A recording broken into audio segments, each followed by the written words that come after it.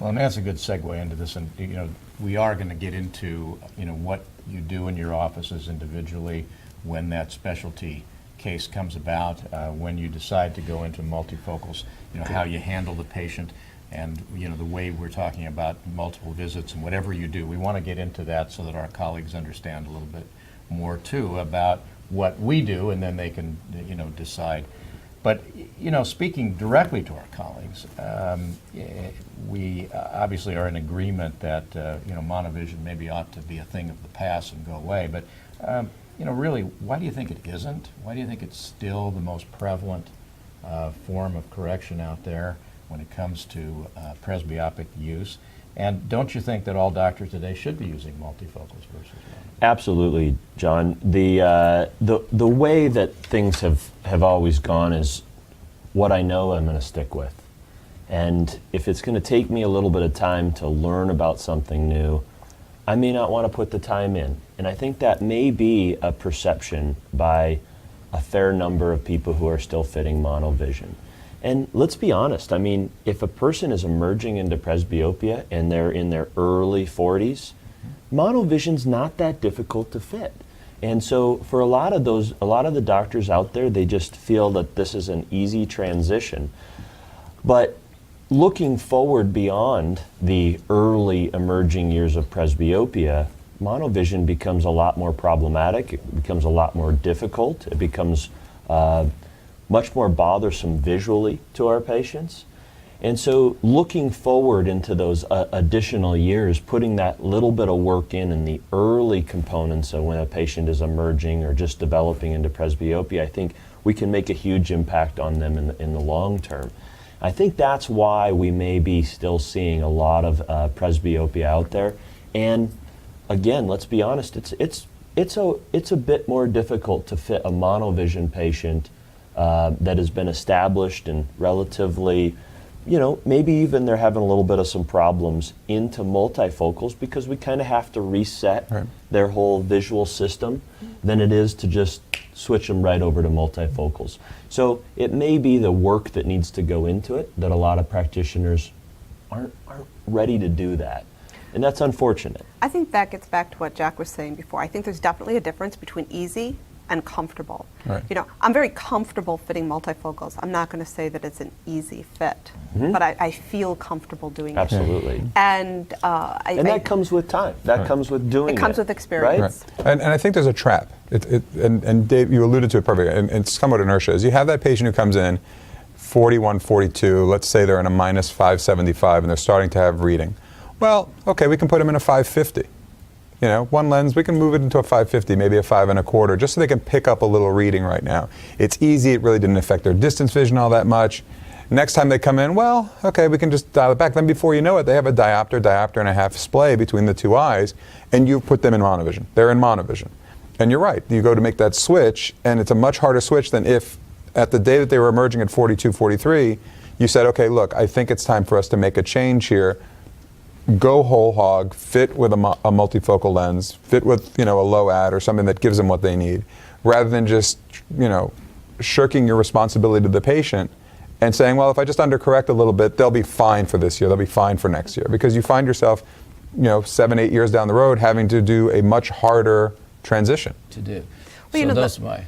The problem with monovision really is once you get up to that 1.5 diopter difference between the two eyes, is what's the patient going to come back and complain about? They're going to complain that they don't have a third eye right in the middle of their forehead, because they are now going to lose that intermediate vision. You can give them the near, you can give them the distance, but they're going to lose that intermediate vision. And that's where you start snowballing into the extraordinary amount of time that it's going to take to give them back that comfortable intermediate vision. Where if you started them in the multifocals, over time, they never lose that intermediate vision. But by the way, Jack's point, what you said initially here, and talking about evidence-based medicine, I mean, we all know that certainly on that emerging presbyope, you're not going to run into the intermediate issue right away. But you will run into the issue of, is this safe? Is it just as safe that way as it was having both eyes for distance and being able to have both seen near? Would you talk a little bit about that too in terms of an emerging presbyope? I mean, isn't it just as important? When we look back at progressive lenses, or anything that happens in the dispensary, we don't have the same stigma of system when we give someone a progressive pair of glasses. And the patient doesn't seem to have a problem paying that extra money out of pocket outside of their insurance to get this thing that doesn't have an unsightly line that they don't want, even though their insurance covers it. But we seem to be, at least some practitioners seem to be reticent about saying the same thing in a multifocal contact lens. And I think that's where it comes from, is you're right, it's a system, but the same way that you would, have that patient pay a premium to not have that line on their glasses, you shouldn't be worried about them having to pay a premium to have a contact lens system that does everything for you. That's where the comfort level comes in.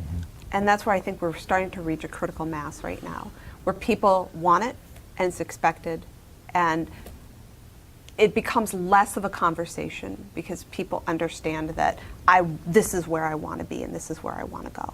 And that's exactly what happened with no-line bifocals. It became standard of care. Well, of course you want a no-line. Why wouldn't you? And when patients say, I want to pay less because I want to have a line, your staff's reaction is almost like, that's terrible. Why would you possibly want the line?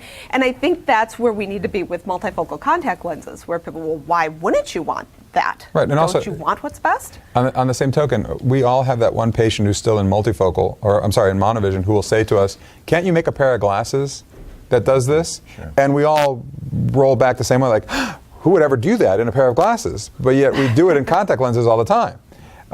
It's the same basic idea. It's like there's a better way of solving this. Mm-hmm. But do you have price? Because you're in a private practice. Do you have price? Yeah, price is definitely an issue, and what we're talking about with our technicians and our team, everybody just rears back whenever they hear a patient say, I want monovision, or I'm in monovision. And it goes along with what you're saying, that we just have this assumptive selling, that this is the way that we do things in our office. Like, it's not the right way to go. It's not something we do. We don't do monovision. Because that's our philosophy in our practice, eventually the patients, over time, move in the direction of doing what's a little bit more expensive or a little bit more valuable. And that's where we try to bring it up. And I know, Jack, you're great at that, of discussing value with patients and discussing with the patient. You're getting so much more for what you're paying for here with the multifocal lenses. And we certainly do bring it up and discuss it with our patients. Our multifocal fitting charges are quite a bit more. And what we've also done is, if a patient is persistent that they want monovision, they pay the same. They pay the same as if they do multifocals. And obviously the lenses are going to have a difference in the cost, but we tell them the value and the benefit of the lenses, and many of them are able to back off on the concerns that they have for finances. So now I'm glad you're saying, but I think price is definitely, and in our practice, doctors don't initiate the fee discussion. No. And maybe we'll talk about this later. We will. Okay, we'll go to the safety. So the safety issue. Yeah. As somebody, and this is, I think one of you mentioned, Dave may have said this earlier, those are the people you want to go through this discussion. When they're young, they need a very small addition and again, monovision is so easy then, it's so hard to say, okay, especially to your staff, don't give that person a plus 50 or plus 75. Let's start them as an emerging presbyope. Because what happens, as Chris said, we're changing the visual system. We're changing the way they see. And they know that. They know that the same with the progressive glasses. They have to look down to see now. They understand that. So if we start with contacts exactly like we do with glasses, this is, I love that word, assumptive. This is we're assuming this is what you have to have if you're going to stay in the realm of high quality care. And so when you start young, it's so easy to put them in a multifocal.